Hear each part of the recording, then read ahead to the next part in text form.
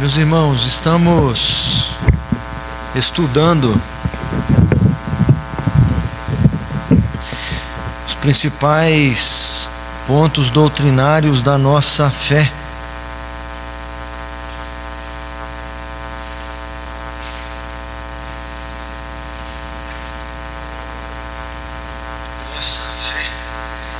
E aí é bom que são duas vezes que a gente estuda. Eu falo e repete ali. Tem um delayzinho, né?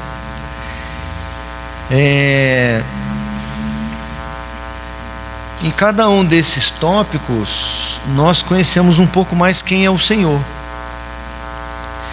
Toda doutrina bíblica revela um pouco sobre quem é o Senhor, de forma direta ou de forma indireta.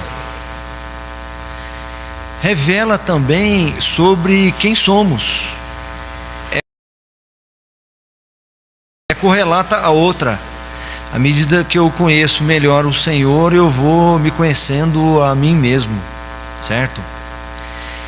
E essas doutrinas bíblicas, além de ensinarem acerca do Senhor, de quem é o Senhor, quem eu sou, revela também ou ensina também como que se dá o relacionamento desse Senhor, que é grande, poderoso,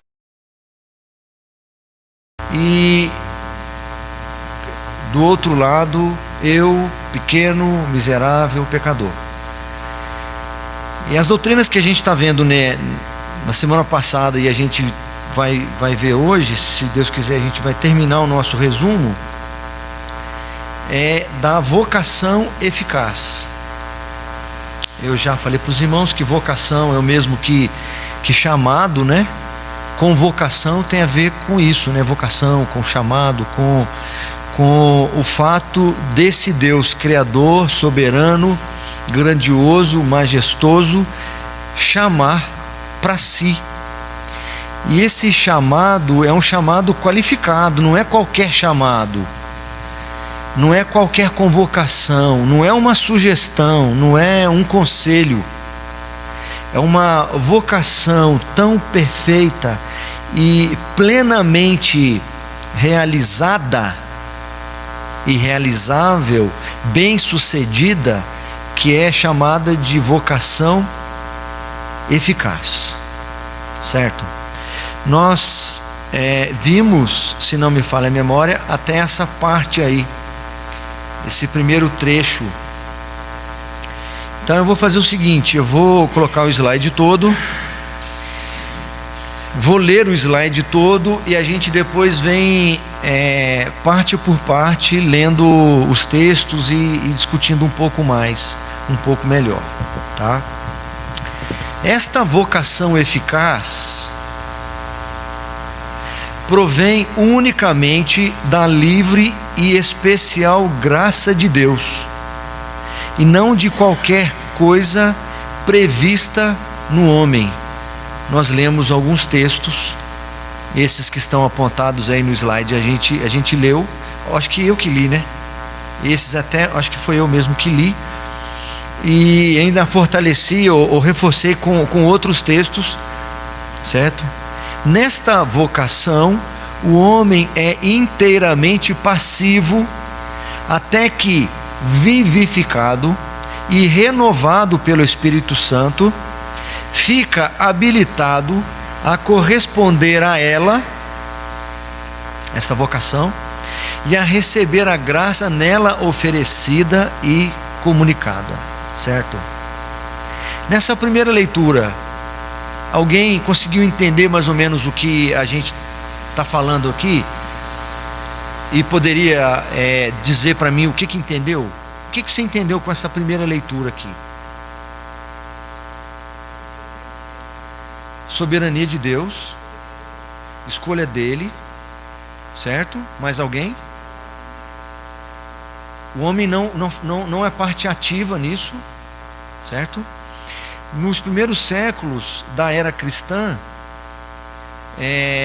lá no quarto século, houve uma controvérsia que envolvia um ensino errado de que o ser humano ele coopera ele é partícipe nessa chamada que Deus faz dele, nessa salvação que Deus faz dele, certo?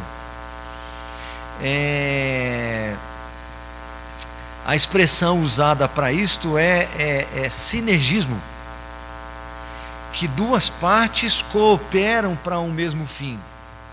Quem combateu essa heresia, eu tenho certeza que vocês sabem quem foi, né? Lembrou? Agostinho, o bispo de Hipona, ele combateu essa doutrina errada de que o ser humano participa, certo? Isso foi chamado do nome do seu autor, que era Pelágio, né? Chamado de pelagianismo. Então, mais de 1500 anos atrás, já houve uma controvérsia em que a posição da igreja, a posição correta da igreja foi afirmar isso aqui: não, o ser humano não possui nenhum merecimento, nenhuma virtude, nenhuma qualidade, e não participa ativamente no processo da sua escolha, ou melhor dizendo, do seu chamado. Deus o chama de forma eficaz, de maneira irrecusável. Deus chama esse homem unicamente através ou a partir da sua livre e especial graça. Nada, nenhuma virtude prevista no homem. E nesta vocação, e agora a gente vai ler alguns textos, o homem é inteiramente passivo, até um certo ponto, até esse chamado lhe alcançar, e aí então, vivificado, ele passa a ter vida espiritual, e renovado pelo Espírito Santo. A partir daí então, depois desta ação do Senhor, ele fica habilitado a corresponder a essa chamada, a essa convocação, e a receber a graça nela oferecida e comunicada. Então, quando o homem diz sim, é porque antes o Senhor operou na sua vida. Vamos ler alguns textos. 1 aos Coríntios, quem pode me ajudar com esse texto? Quem faz um sinal para mim primeiro, antes de você abrir. Rosila, 1 aos Coríntios. Romanos, quem pode? Gabriel, Romanos 8. Efésios 2. Cassie.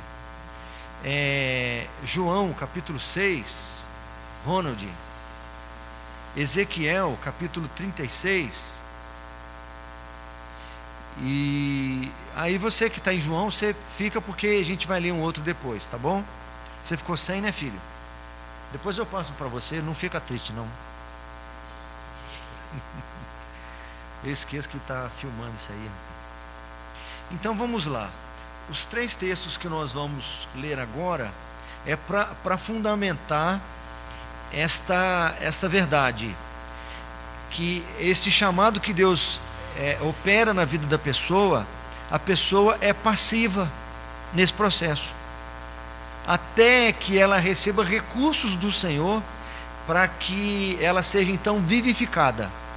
Então ela está morta espiritualmente, e a ação de Deus na sua vida proporciona que ela receba vida. 1 aos Coríntios, capítulo 2, verso 14.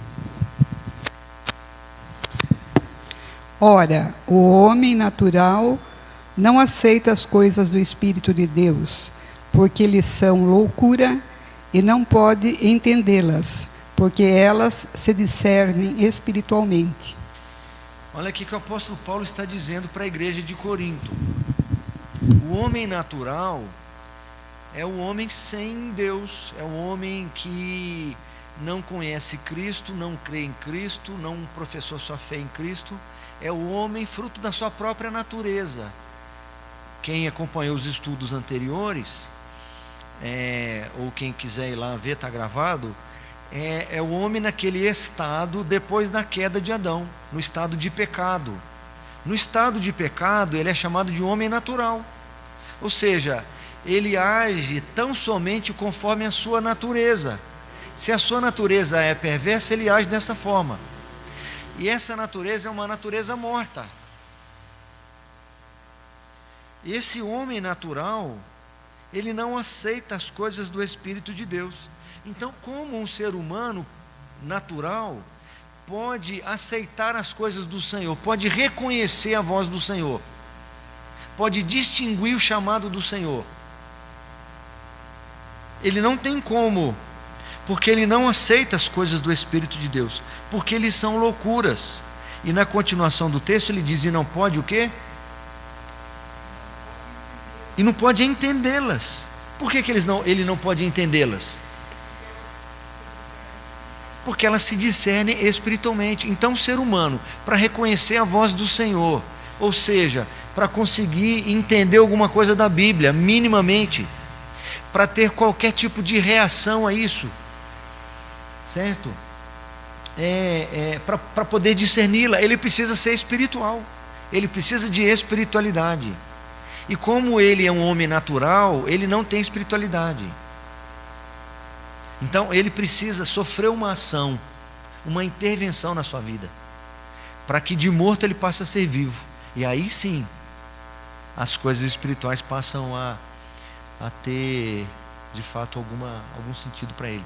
O outro texto é de Romanos 8, ficou com? Gabriel, Romanos 8, de 7 até 9.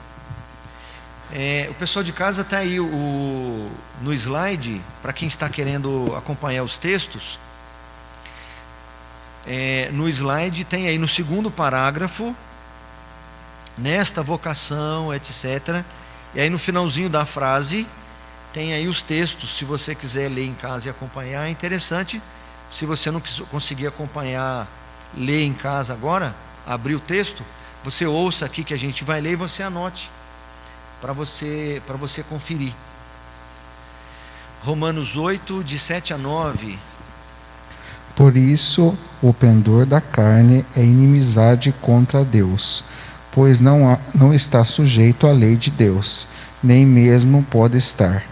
Portanto, os que estão na carne não podem agradar a Deus. Vós, porém, não estáis na carne, mas no Espírito, se de fato o Espírito de Deus habita em vós. E se alguém não tem o Espírito de Cristo, esse tal não é dele. Aqui novamente o apóstolo Paulo, agora falando aos romanos, dizendo que há uma distinção entre uns e outros, certo? Aos coríntios ele fala sobre o homem natural e o homem espiritual. O homem natural não entende, não discerne as coisas do Senhor, porque essas coisas só podem ser discernidas espiritualmente. Então eles estão surdos para as coisas do Senhor. A não ser que o Senhor age em suas vidas, eles não terão sensibilidade nem audição para isso. Aqui agora ele coloca de novo o pendor da carne, certo? Que segue uma trajetória de não estar sujeita à lei de Deus, porque não pode estar. Porque os que estão na carne, ou seja, o homem natural, é esse, sem Deus. Mas vós, diz o apóstolo Paulo, estão no outro patamar. Vocês não estão mais na carne, mas no Espírito. Eles eram seres humanos como todos os outros, mas o Espírito Santo habitou neles e operou neles essa transformação. Como eu posso aplicar isso? O que isso tem a ver com a minha vida ou com o meu dia a dia? Algumas coisas. Por exemplo, isso nos coloca no nosso lugar, no lugar devido que é nosso, no lugar de humildade, de quebrantamento, de sujeição, de reconhecimento das nossas falhas e fraquezas e mazelas. Nós, por nós mesmos, nós jamais iríamos ao Senhor. As coisas do Senhor seriam loucuras para nós. Então não há espaço para arrogância para aqueles que conhecem o Senhor e estão com o Senhor. Ainda que conheçam muito, ainda que tenham muita proximidade com o Senhor, eles expressarão essa proximidade com o Senhor em vida piedosa, em vida de sujeição, certo? É assim que se demonstra a sua espiritualidade, porque primeiro reconheceu a sua própria pobreza. É por isso que Jesus Cristo no Sermão do Monte diz que bem-aventurados são os pobres de espírito, aqueles que agora, sendo espirituais, reconhecem que naturalmente não havia neles nada que justificasse Deus tê-los escolhido.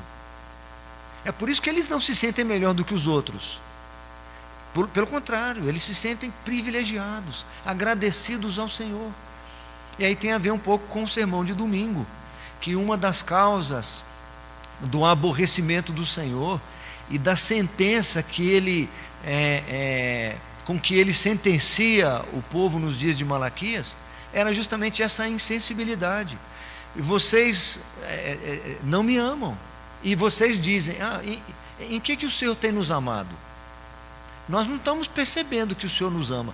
Só de vocês saberem que eu existo, eu já operei na vida de vocês. Eu já fiz um milagre tremendo na vida de vocês. Eu já transferi vocês do império das trevas para um outro reino.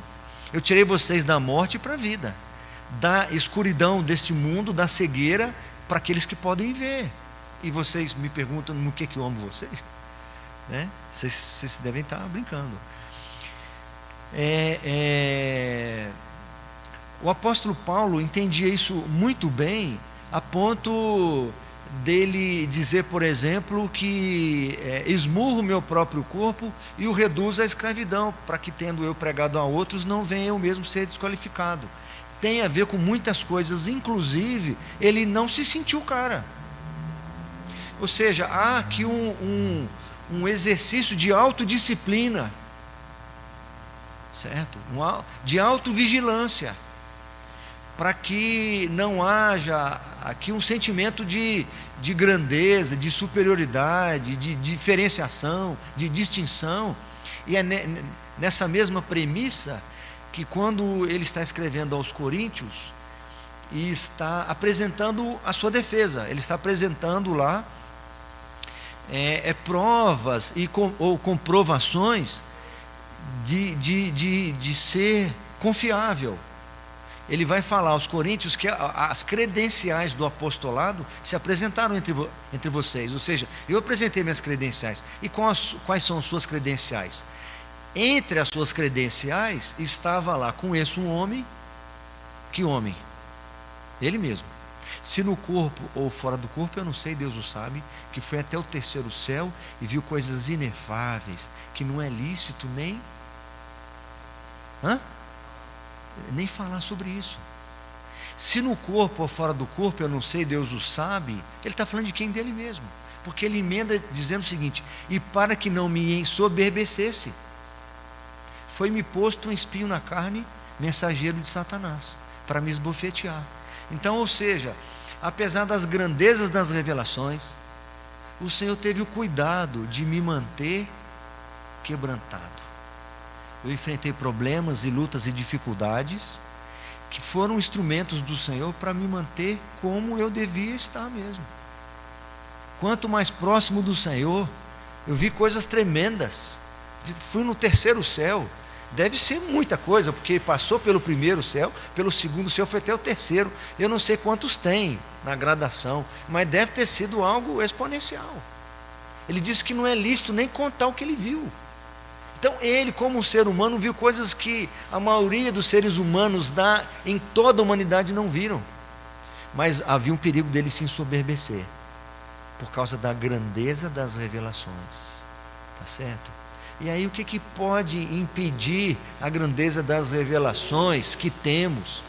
O que pode impedir a soberba daqueles que conhecem o Senhor, que conhecem uma boa teologia, que conhecem a Bíblia, que têm uma boa formação teológica, que têm até um bom relacionamento com o Senhor, têm experiências com o Senhor, de ver respostas do Senhor, de ver boas dádivas do Senhor? É saber isso aqui. Ensinos como este. Então é super aplicável uma doutrina como essa, certo? É super praticável. Se você conhece alguém que se diz cristão, que se diz seguidor de Jesus Cristo, mas não se expressa como alguém humilde, piedoso, parecido com Cristo, ou não teve essa aula, não aprendeu isso, certo? Ou se aprendeu, não entendeu, ou não é nem cristão, certo? Porque esse é o propósito da Bíblia. O propósito da Bíblia, como eu falei semana passada, e da nossa relação com o Senhor, não é resolver o problema do nosso calo momentâneo e imediato. Resolver o problema do casamento, das finanças, do emprego, certo? Que muitas pessoas afluem para ir atrás do Senhor para resolver esses problemas circunstanciais, né?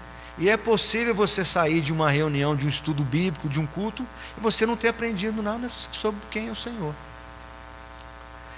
Nós que temos uma boa teologia, nós que seguimos uma confessionalidade reformada, uma boa teologia, corremos mais risco ainda de sermos soberbos porque conhecemos mais, porque temos um conhecimento melhor do que os outros, porque os nossos obreiros são mais qualificados. Eu já ouvi muita gente dizer assim: qualquer aluno assíduo da nossa escola dominical conhece mais de Bíblia do que muitos pastores dessas igrejas que tem por aí. Pode ser um fato, pode até conhecer mais, mas isso não é tudo. Isso não é tudo. Uma outra aplicabilidade para conhecer essa doutrina é nos ensinar a confiar e descansar no Senhor. Pastor, mas eu falo para aquele menino todo dia, ele não toma jeito, sabe? Estou martelando na cabeça dele, só falta eu rachar a cabeça dele e colocar isso lá dentro, que eu não sei mais o que fazer para resolver esse marido desse jeito, para consertar esse marido, ou qualquer outro familiar amado e querido. O que a senhora precisa fazer agora é descansar no Senhor, porque não é por força, nem é por violência. Enquanto o Senhor não o despertar, não adianta fazer mais nada. Viva a palavra de Deus para ele. Tem muitas mães que choram pela conduta dos filhos. Tem muita esposa que chora pela conduta do marido e assim por diante. O que eu faço, pastor? Confia em Deus e descansa nele. Porque se o Espírito Santo não agir, ninguém vai fazer isso. Não é aplicável uma doutrina como essa? É aplicável. Porque à medida que a gente vai conhecendo a verdade bíblica e quem é o Senhor, a gente vai encontrando sossego para viver, encontrando paz para viver. E a gente pode dizer como o apóstolo Paulo, e eu sempre digo isso, né? Mas eu sei em quem eu tenho crido. Poxa, se eu sei de fato quem eu tenho crido, de maneira bíblica e correta, então eu tenho a certeza de que o meu bom depósito está guardado. Efésios 2:5 ficou com a Cassie.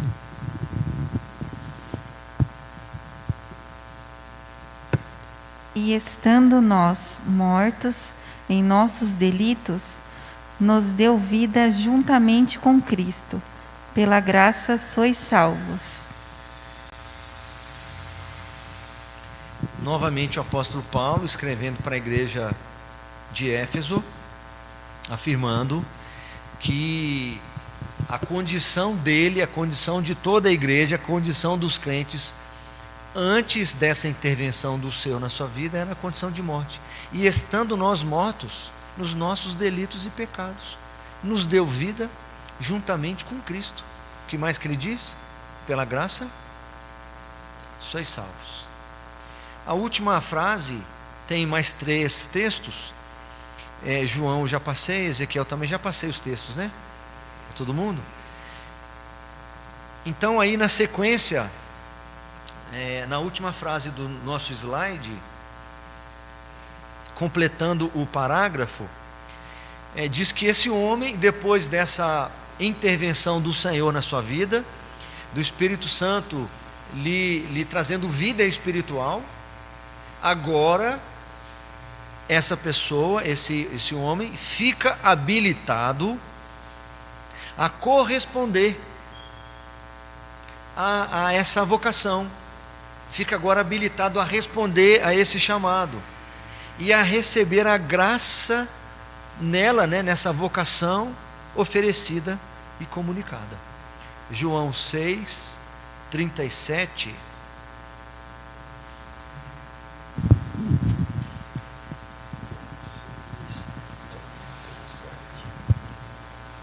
Todo aquele que o Pai me dá, esse virá a mim, e o que vem a mim, de modo nenhum o lançarei fora. Todo aquele que o Pai me dá, esse virá a mim. E o que vem a mim, de modo nenhum o lançarei fora. Esse que foi alcançado pelo Senhor, a resposta dele é uma: o que o Pai me dá, não titubeia, não adia, não fica pensando. É por isso que aquele quadro, que eu já vi a pintura dele, quadro dos dois caminhos, que a Bíblia fala do caminho estreito e do caminho largo, dando a ideia que tem uma pessoa no meio, aí segue um caminho à direita da pessoa, um caminho estreito, e um caminho largo à esquerda, e a pessoa no meio, como se ela tivesse a opção de escolher entre um e outro. Não é isso. Todo mundo nasceu nesse mundo, descendente de Adão, nasceu no caminho largo. Quando o Senhor lhe alcança, ele só tem uma resposta: ir para o caminho estreito. Ele não vai parar para pensar, para tomar decisão, porque ele não decidiria, ele está morto, como ele vai decidir? Ezequiel 36, 27.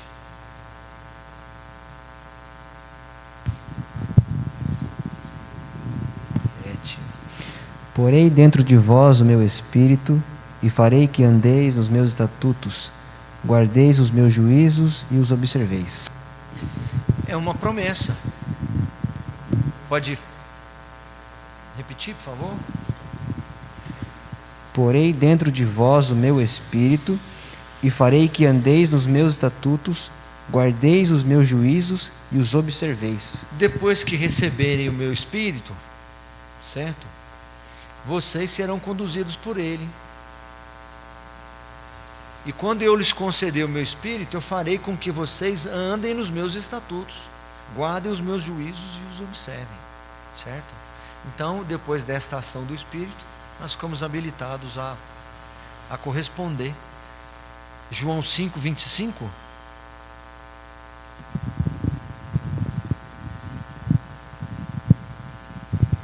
Em verdade vos digo que vem a hora, e já chegou, em que os mortos ouvirão a voz do Filho de Deus, e os que ouvirem viverão. Isso aí. Jesus dizendo: em verdade vos digo que vem a hora, e já chegou, em que os mortos ouvirão a voz do Filho de Deus, e os que a ouvirem viverão. Depois da operação do Espírito Santo, esse morto passa a estar vivo, e agora vivo para as coisas espirituais, ele reage de forma espiritual, ele atende ao chamado do Senhor, não tem jeito. No slide seguinte, tem mais alguns textos aí para nós. Quem estava em João pode ficar, porque a gente tem mais um texto em João. Vou começar com Eliezer, Gênesis 17. Mais alguém? Pode repetir, não tem problema. Kesselin, Lucas 18. Rosila, Atos 2. Quem que levantou aqui foi o Otávio? Atos 2 já foi. 1 João 5, 12. Quem abrir Atos 2 tem depois o capítulo 4. Você que abriu, depois tem o 4. Tem mais textos pela frente aí. As crianças eleitas que morrem na infância são regeneradas e salvas por Cristo, por meio do Espírito que opera quando, onde e como lhe apraz. Do mesmo modo, são salvas todas as outras pessoas eleitas, incapazes de serem exteriormente chamadas pelo ministério da palavra. Aqui tem duas situações: as crianças que morrem na infância, sem terem a chance de crescerem e ouvirem o Evangelho e crerem em Jesus. E também aquelas pessoas que mesmo que cresçam, tem uma mentalidade incapaz de conseguir entender.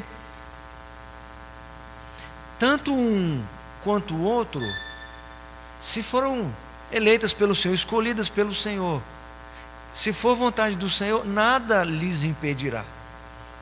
Porque o Espírito Santo opera quando, onde e como lhe apraz. O que a Bíblia ensina é que qualquer pessoa que tenha capacidade de entender, se ouviu o Evangelho, não creu em Jesus Cristo e morreu longe de Cristo, não foi salva. Porque o único meio de ser salvo é por meio do Evangelho, que é o poder de Deus para salvar. Mas e aqueles que não têm como discernir? Esses serão salvos pela graça do Senhor de uma outra maneira que não pela pregação da palavra. Pode não ter muito efeito para nós, não ser muito aplicável para nós, talvez, os que estão ouvindo agora, ou para nós nesse momento. Mas nós conhecemos pessoas que já sofreram muito perdendo um filho na infância. E a dor de perder já é muito grande. Se junto disso vier ainda a dúvida do que aconteceu com essa criança, a dor é maior. Simplesmente querer acreditar que pode acontecer um meio dela ser salva não é muito seguro. A Bíblia diz que é sim. Deus não perdeu o controle se ela faleceu antes de poder conhecer o Evangelho. Vamos ler alguns textos aí. Gênesis 17, 7. Estabelecerei a minha aliança entre mim e ti e a tua descendência no decurso das suas gerações, aliança perpétua para ser o teu Deus e da tua descendência. Com base nesse texto e outros textos, meus irmãos, é opinião minha, não é só minha, porque eu já ouvi algumas pessoas, né? Eu acredito piamente que filhos de crentes que morrem na infância são salvos. Seus descendentes, seu filho, seu neto, morreu na infância ou cresceu sem a capacidade de conhecer o Evangelho. Farei uma aliança entre mim e ti e a tua descendência, no decurso das gerações, aliança perpétua, para ser o teu Deus e o Deus da tua descendência. Eu posso até não ver, eu posso partir antes, mas eu acredito profundamente nessa promessa, profundamente, que Deus concedeu os filhos que Ele concedeu para nós, os netos que concedeu para nós, que fez com que nascessem nessa casa onde as pessoas amam o Senhor Jesus, não foi por acaso, não foi por acaso. Mas eu digo, é minha opinião, né? Lucas 18, o verso 15 e o verso 16. Espera um pouquinho, só para ver se o pessoal em casa vai abrir também. Boa noite para o pessoal que está assistindo a gente em casa. Várias pessoas aí, várias famílias. Que bom tê-los aqui conosco, ainda que não seja presencial. Mas você que pode vir presencial, venha na próxima quarta-feira, que vai ser muito bom também. Lucas 18, 15 e 16. Traziam-lhe também as crianças, para que as tocasse, e os discípulos, vendo, os repreendiam. Jesus, porém, chamando-as para junto de ti, ordenou: deixe-a vir a mim, os pequeninos, e não os embaraceis, porque dos tais é o reino de Deus. Está vendo, meu, um texto desse? O Senhor Jesus está dizendo que dos tais é o reino de Deus. Não porque elas são perfeitas ou santas, ou não tem falhas nem pecados, não. Todo mundo nasce pecador, certo? Mas se ela morre antes de ter tido a chance de ouvir o Evangelho na sua infância, não tinha condições dela entender. Não tem como. Ela vai responder qualquer coisa. Falar com a criança de 2 anos, ela vai repetir. Ela não está entendendo o que ela está falando. Ela não tem juízo para o que ela está falando. Mas dos tais é o reino dos céus. Reino de Deus, né? Atos 2:39 ficou Corzeiro.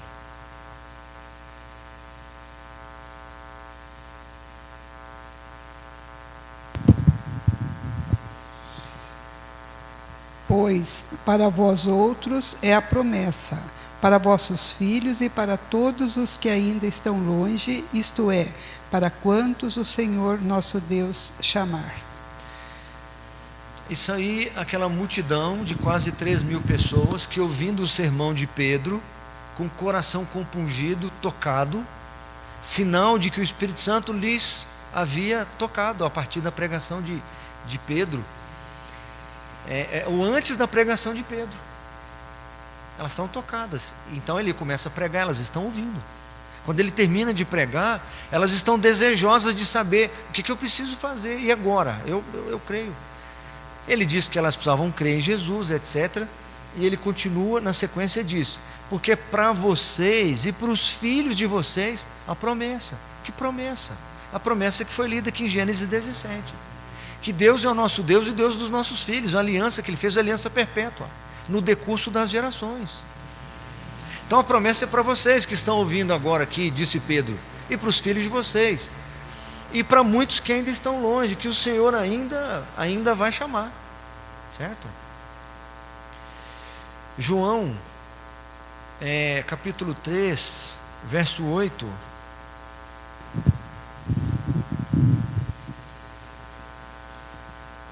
O vento sopra onde quer, ouves a sua voz, mas não sabes de onde vem, nem para onde vai. Assim é todo o que é nascido do Espírito. São as insondáveis maneiras de Deus agir. Assim como o vento, que com exceção de uma pessoa só que eu vi que queria prender o vento, né? Queria estocar o vento. Na realidade todo mundo sabe que não é possível controlar o vento. Não é possível saber, né, que curva que ele vai fazer, se ele vai mudar de repente ou não. Assim, essa é a alusão que Jesus faz, assim também é o Espírito. Então a gente não sabe, certo? Mas de qualquer maneira, dá para quem tem filhos ou descendentes com alguma debilidade intelectual, conforto. Que Deus não está preso para não agir numa situação como essa. Que não é nenhuma maldição ter alguém dentro de casa com alguma debilidade intelectual, ou ter perdido uma criança na infância. Para falar a verdade, se a gente for aprofundando, ainda que doa, ainda que seja sofrido, alguns podem chegar à conclusão, lendo as Escrituras, de que essas crianças foram até mais especiais, porque Deus nem permitiu viver as agruras desta vida, já chamou para si logo. Entendeu? Então, ou seja, o consolo do Espírito Santo está na sua palavra. Ele é o autor da palavra. Se a gente não conhece direito a palavra, a gente não confia no autor da palavra, porque não dá para confiar em quem a gente não conhece. Por isso que a gente tem que estudar doutrina, porque é o que me ajuda a dormir no meio de desespero, é o que me ajuda a continuar vivendo no meio das intempéries desta vida, saber que o meu Redentor vive, que não perdeu o controle de nada. Agora, se eu não sei disso direito, tá? Eu não só sou um hipócrita quando eu digo tu és soberano sobre a terra e os céus, mas como eu vivo em grande desespero quando as coisas não são, né, como eu imagino que elas deveriam ser. 1 de João, capítulo 5, verso 12, quem tiver em casa quiser ler, está aí no slide. Nós estamos aí nesses textos, versículos bíblicos. Se você não quiser ler agora, anote aí para você ler depois, que faz toda a diferença. 1 de João, capítulo 5, verso 12. Pode ir, por favor. Aquele que tem o Filho tem a vida. Aquele que não tem o Filho de Deus não tem a vida. João está escrevendo aí a sua carta, e ele está falando antes, aí nos versículos anteriores, sobre o testemunho. Tem um testemunho para dar para vocês. A testemunha, quem viu, quem ouviu alguma coisa, tem algo a testemunhar. E ele vai dizer no versículo anterior assim, ele vai dizer, e o testemunho é este, que Deus nos deu a vida eterna, e esta vida está no seu Filho. Aí então vem o versículo que ele leu, que é o 12, né? Aquele que tem o Filho de Deus tem a vida eterna. Quem não tem o Filho não tem a vida. Atos 4:12.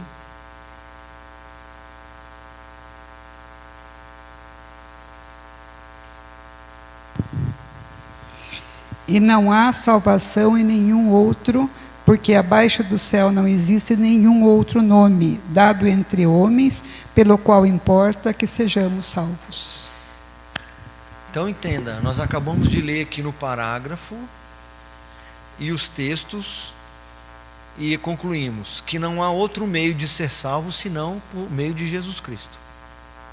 Mas quem morreu na infância, sendo escolhida do Senhor, mesmo que não tenha tido a chance de ouvir falar do Evangelho e nem nele crer,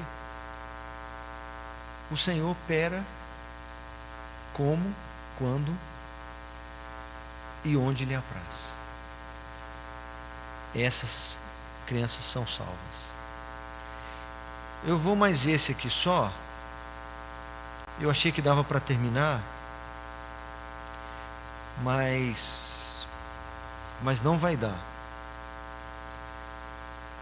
A gente volta semana que vem, se Deus quiser, para mais alguns slides só.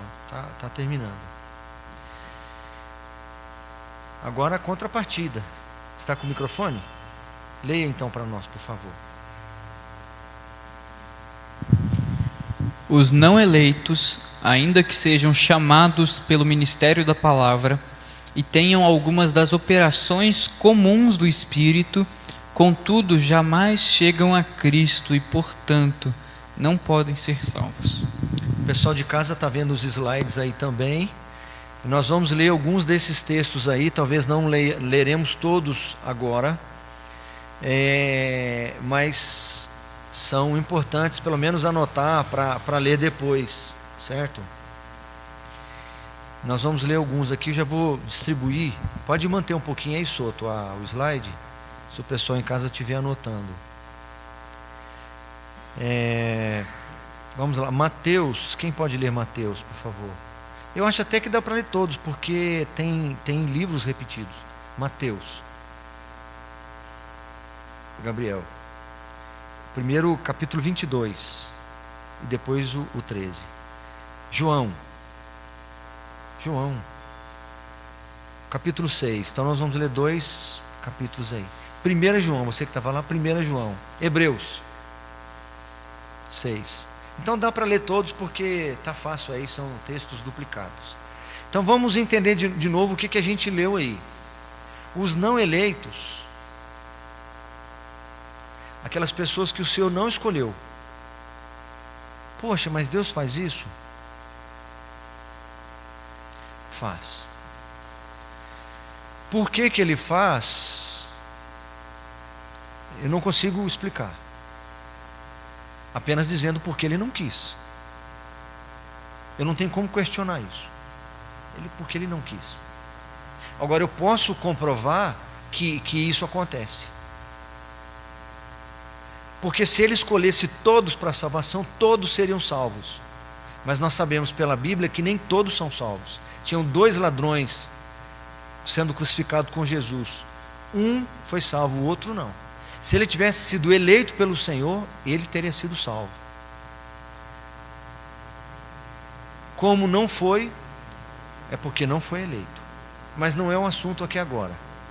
Os não eleitos, ainda que sejam chamados. Quando a Bíblia diz que muitos são chamados e poucos os escolhidos, está falando sobre o chamado que a igreja faz quando anuncia o Evangelho. A igreja anuncia o Evangelho para todos. Dentre os todos que são chamados, há alguns que são eleitos, certo? Então aqui está dizendo que os não eleitos, ainda que sejam chamados pelo ministério da palavra, pela pregação, pela evangelização, e ainda que alguns deles até tenham algumas operações do Espírito, algumas operações comuns do Espírito, ou tenham alguns dons do Espírito, apesar de serem chamados pelo ministério da palavra, ou seja, tenham sido evangelizados, e apesar de terem algumas manifestações de dons espirituais, contudo jamais chegam a Cristo e portanto não podem ser salvos.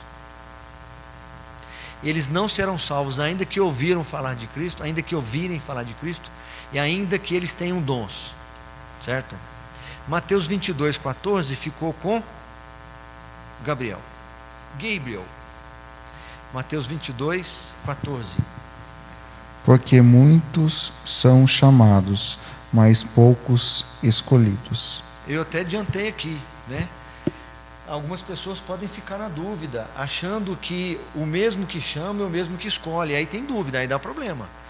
Se muitos são chamados por Deus, mas nem todos são escolhidos, como é que faz então? Não é que Deus chama muitos e escolhe alguns poucos, não é isso.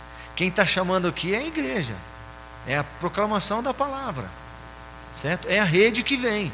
Nessa rede que vem, nem todos são os peixes escolhidos, certo? Se abrir o outro lá, o 13:20.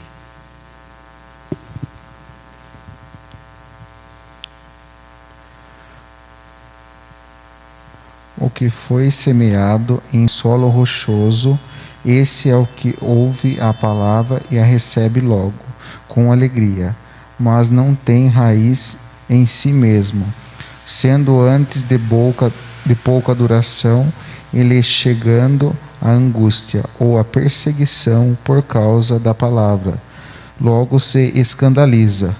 O que foi semeado entre os espinhos e o que ouve a palavra.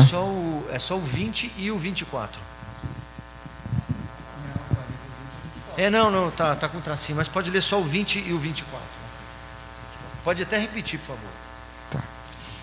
O que foi semeado em solo rochoso, esse é o que ouve a palavra e a recebe logo com alegria. Outra parábola lhes propôs, dizendo: o reino dos céus é semelhante a um homem que semeou boa semente no seu campo. Essa parábola do semeador, o ideal é que a gente lesse até toda, tá? Porque cada semente caiu num lugar. Há a que cai no caminho, as aves levam, a que cai entre os espinhos, a que cai no solo rochoso, certo? E a que cai numa terra boa e arada. A semente ali é a palavra. Vou espirrar. Então, ou seja, a palavra está sendo semeada. E cada terreno desse aí é um coração. É uma pessoa. Tem pessoas que recebem a palavra, têm um interesse inicial, uma alegria. Mas é um coração como empedrado. A palavra ali não tem profundidade, porque como a planta não tem como estender suas raízes. Certo? E aí a planta morre. A semente foi semeada, mas não produziu frutos.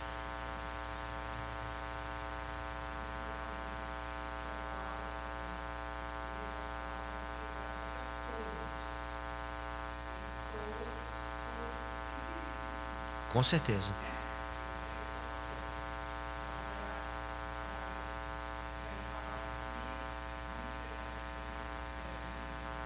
São chamados e poucos.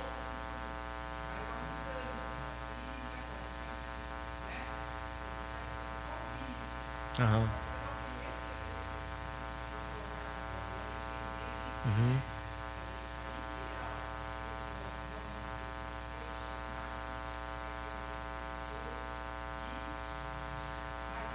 Isso. E deu frutos. Se alguém em algum momento ouvir um estudo desse, ouvir essa parábola, e se tiver um instante de preocupação, não fique preocupado pela preocupação. Porque se o coração fosse endurecido, não se preocuparia, nem sentiria.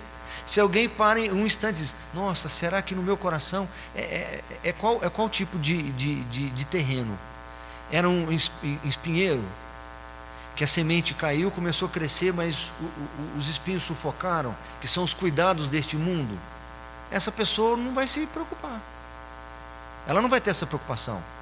É a mesma semente que caiu na rocha e a semente que caiu no caminho, passarinho comeu.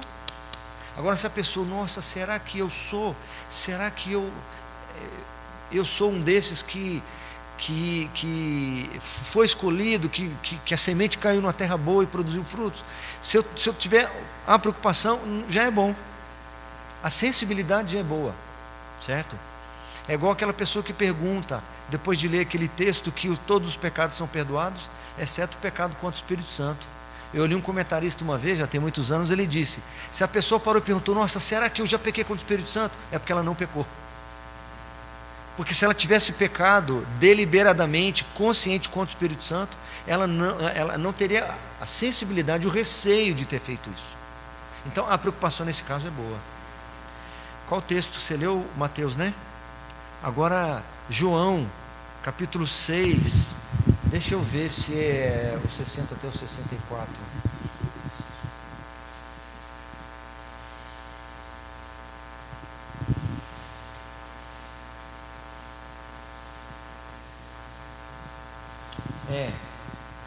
Do 64 até o 66.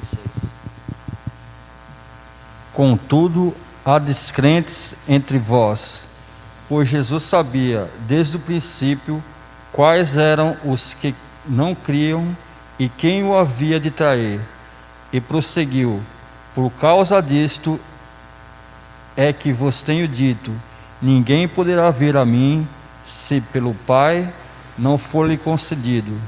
À vista disso, muitos dos seus discípulos o abandonaram e já não andavam com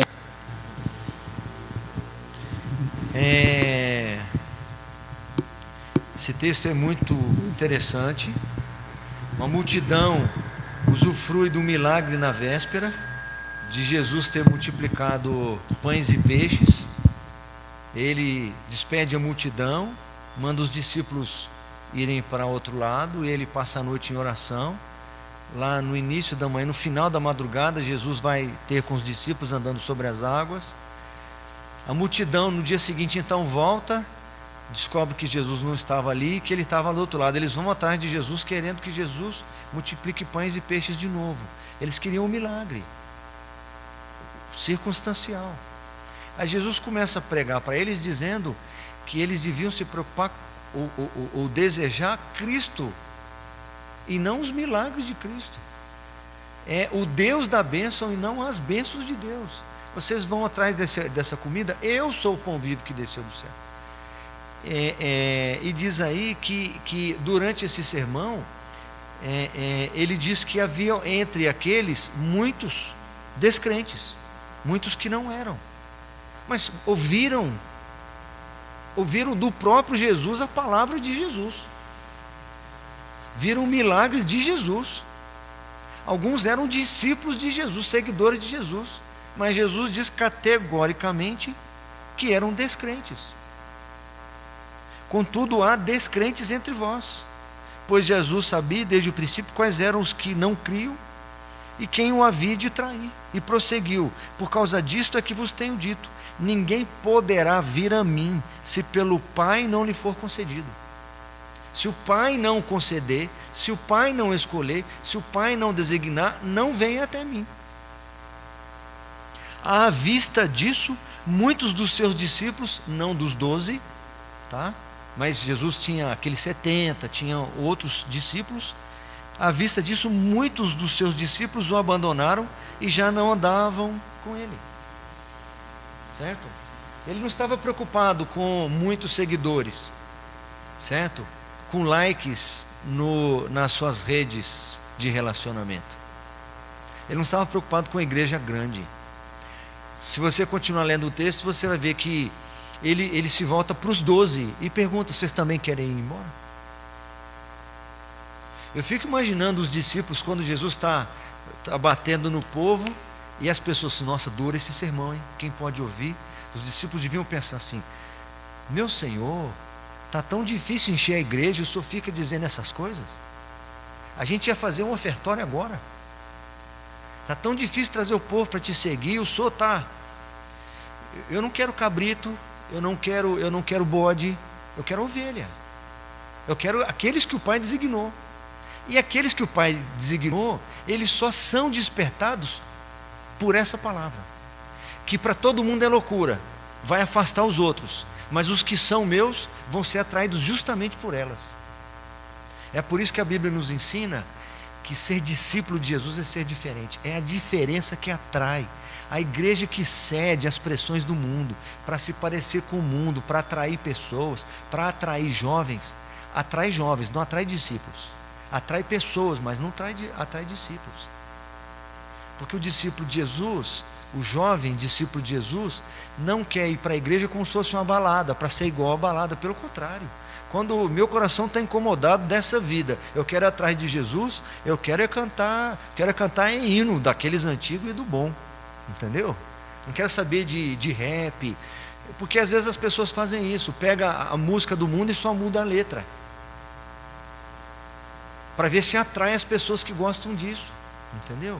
Mas quem o Senhor chama quer coisa santa, coisa consagrada. Eu não quero nada semelhante àquilo que tem lá fora, certo? Esse foi João 6, né? Agora João 8, 24. Por isso eu vos disse que morrereis nos vossos pecados, porque se não credes que eu sou, morrereis nos vossos pecados. Está seguindo ele, mas ouve essa notícia: vocês vão morrer no pecado de vocês. Se você ler o contexto lá, você vai perceber que ele não está falando para romanos ou para gentios, ele está falando, gente, do povo de Deus que conhecia a palavra de Deus. Está falando para aqueles que deveriam reconhecer quem ele é, certo? Se não reconheceu, pode ficar tranquilo. Ah, mas eu vou na igreja há muitos anos, eu conheço. 1 João 2, 19.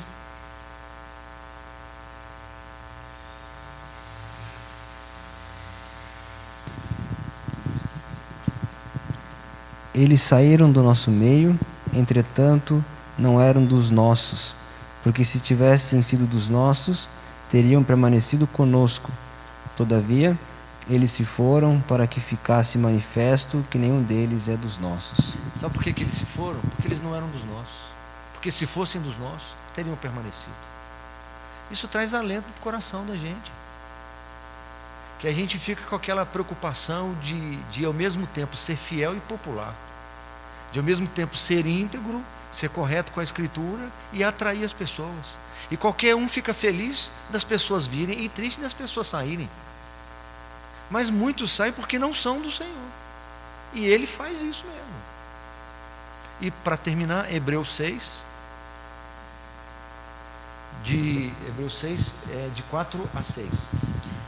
É impossível, pois, que aqueles que uma vez foram iluminados e provaram o dom celestial e se tornaram participantes do Espírito Santo e provaram a boa palavra de Deus e os poderes do mundo vindouro e caíram, sim, é impossível outra vez renová-los para arrependimento, visto que, de novo, estão crucificando para si mesmos o Filho de Deus e expondo-o à ignomia. Tem muitos que aparentemente são, mas não são. É igual o Denorex. Poucos aqui devem lembrar da propaganda do Denorex, né? Os mais jovens não fazem nem ideia. Lá nos anos 80, início dos anos 80, 81, 82, tinha uma propaganda de um shampoo chamado Denorex. Tem cheiro de remédio, mas não é remédio. Vende na farmácia, mas não é remédio. Eu não sei se tem gravado aí no YouTube essa propaganda, mas vale a pena, né? Então tem o crente Denorex, que parece crente, mas não é, certo? Vamos encerrar por aqui, até passei uns minutinhos. Eu quero falar semana que vem ainda sobre a vocação eficaz, mas sobre reforçando um pouco mais essa passagem aqui de que, ainda que chamados, ou mais especialmente tenham algumas das operações comuns do Espírito. Você pode ser um bom pregador, ter dons ordinários ou dons extraordinários e não ser crente. Então eu vou comentar sobre isso semana que vem. Pessoal de casa, por favor, volte. E vocês que estão aqui, por favor, voltem também. Tá bom? Vamos orar. Dou boa noite aqui para Paula, para a família toda lá, para Rosane, lá de Minas. Graça e paz também, filha. Rosane, lá da igreja presbiteriana, 6ª igreja presbiteriana de Juiz de Fora. Ela tinha falado do áudio aqui, vocês já tinham visto, né? A Isabel também, a Josi com a família, a dona Leontina, a Débora, a Rose. Boa noite para vocês. Vamos orar, certo? O Soto aqui sempre passa a listinha de quem estava lá assistindo conosco, né? Vamos orar? Tá, você devolveu lá, né, o microfone? Senhor Deus eterno, majestoso, exaltado seja o teu nome. Te somos agradecidos, ó Deus, pelo teu cuidado, pela tua provisão. Obrigado pela porção de alimento para a nossa alma que o Senhor nos concedeu nesta hora. Que a tua companhia, a tua presença, a tua palavra não nos seja canseira, não nos seja enfado, ó Pai. Dê-nos prazer nas coisas do Senhor, dê-nos ânimo, ó Deus, em relação à tua palavra, disposição para servi-lo, ó Pai, e lhe oferecermos aquilo que for o melhor, ó Pai. Não nos permita oferecer as sobras, não nos permita um coração indisposto em relação ao Senhor, e não nos permita, ó Pai, descumprimento dos critérios que o Senhor estabeleceu que te agradam, ó Pai. Ajude-nos a sermos aqueles adoradores que te adoram em espírito e em verdade. Continues nos instruindo, nos educando na justiça, nos exortando, porque este é o propósito da tua palavra. Ela é apta, é útil para instruir, para exortar, para educar na justiça, até que todos cheguemos à plenitude da estatura de Cristo. Abençoe-nos, abençoe nossas famílias, aqueles que estão nos assistindo em casa agora, os que nos assistirão depois. Abençoe a nossa igreja, derrame graça abundante sobre nós. É a oração que fazemos em nome e por amor de Jesus.